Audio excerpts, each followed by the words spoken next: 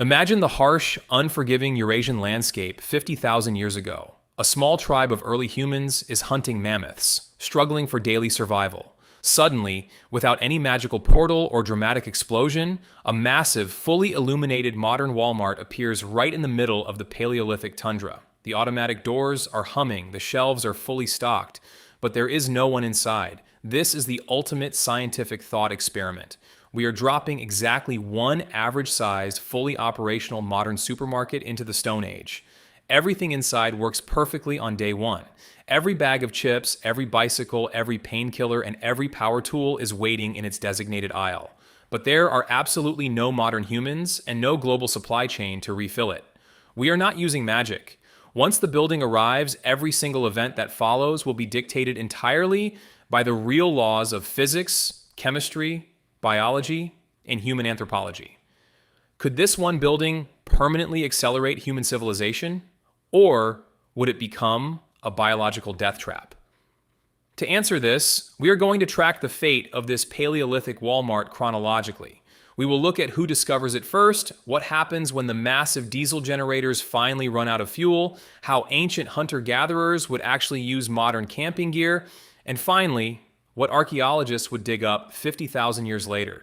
For the first few days, the Walmart is a beacon of completely alien energy. 50,000 years ago, humans like Homo sapiens and Neanderthals were already highly intelligent. They had fire, complex stone tools, and deep knowledge of their environment.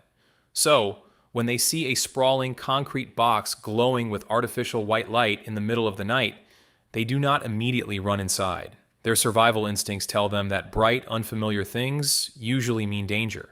It might take days or even weeks before the bravest scout cautiously steps on the rubber mat, triggering the automatic glass doors. The sudden mechanical movement would likely cause a panic, but human curiosity is the strongest force in our evolutionary history. Once they realize the building is not a living predator, they enter. The climate-controlled air conditioning hits them. For the first time in human history, someone is experiencing artificial room temperature. But they are completely unaware of the ticking clock echoing from the utility room at the back of the store. Once inside, the tribe faces the grocery section. To a hunter-gatherer who spends thousands of calories just trying to secure a single meal, the snack aisle is literally a buffet of the gods. They would quickly learn to tear open thin plastic bags. Imagine a Neanderthal eating a modern potato chip or a marshmallow. The massive hit of refined sugar, sodium, and artificial flavoring would trigger extreme dopamine spikes in their brains, unlike anything found in the natural Paleolithic world. But they wouldn't understand the concept of cooking a frozen pizza. They would eat whatever is immediately consumable. Beyond food, they would wander into the camping and hardware aisles. A simple steel machete or a modern axe would be instantly recognized as a superior cutting tool. They would trade days of chipping flint for a single stainless steel knife. Blankets, winter coats, and sleeping bags would be revolutionary for surviving the Ice Age nights. But this era of limitless comfort has a severe deadline. A modern supermarket consumes a massive amount of electricity. Without a national grid, the store relies on backup diesel generators. Depending on the fuel tank size, this generator will completely dry up in roughly 48 hours. Suddenly, the entire building plunges into pitch darkness. The HVAC system stops. The automatic doors freeze shut. And most dangerously, the massive commercial refrigerators and freezers lose all power. Within just 3 to 7 days, tons of raw meat, dairy, and fresh produce begin to rot simultaneously. Without ventilation, the inside of the store becomes a toxic hotbed of bacterial growth, releasing overwhelming amounts of methane and hydrogen sulfide. The terrible stench forces the early humans to evacuate the grocery section entirely. The store is no longer a safe haven.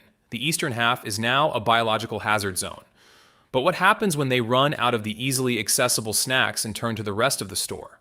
Over the next decade, the Walmart transforms from a magic box into a giant silent scrapyard.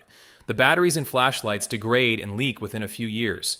Electronics become useless pieces of plastic and glass. But early humans are master adapters. They wouldn't discard a dead smartphone, they would smash the screen to use the sharp glass shards as arrowheads, just like they did with obsidian. The building itself becomes a resource mine.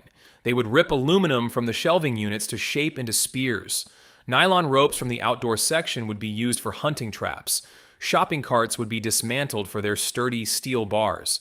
Even when the canned foods finally rust through after a decade, the glass jars of honey would remain perfectly edible because pure honey practically never spoils.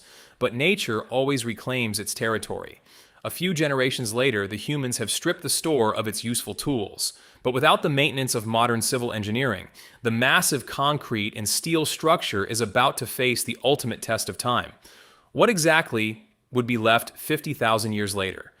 According to structural engineers and experts on urban decay, a flat roof big box store is not built to last. Without workers to clear drainage, rainwater and snow quickly accumulate on the vast roof.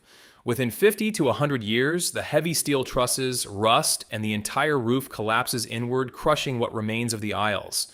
Freeze-thaw cycles turn the concrete floor into dust over centuries. Fast forward 50,000 years to the present day.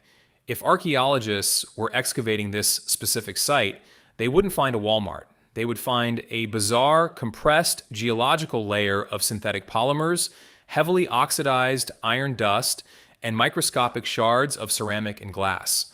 They might uncover a beautifully preserved gold necklace from the jewelry counter buried in the mud, or a perfectly intact plastic flamingo, confusing historians and rewriting everything we thought we knew about the timeline of human technology.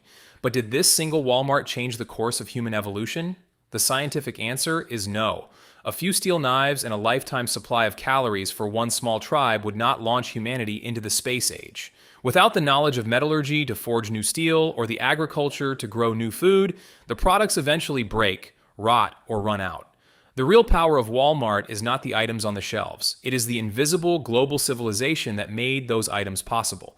It is the millions of farmers, miners, truck drivers, engineers, and power plant operators working together every single day. A modern supermarket is the end result of human collaboration on a massive scale. Without that sprawling, interconnected web of infrastructure, the world's largest retail store is just a temporary warehouse slowly waiting to be swallowed by the earth. It proves that our greatest invention isn't plastic or steel. It is the society that sustains it. If you suddenly traveled back in time, which single item from a supermarket do you think would actually help you survive the longest? Let us know your brilliant strategy in the comments below. Don't forget to like, subscribe, and stay curious, because history is always more fascinating than fiction. See you in the next investigation.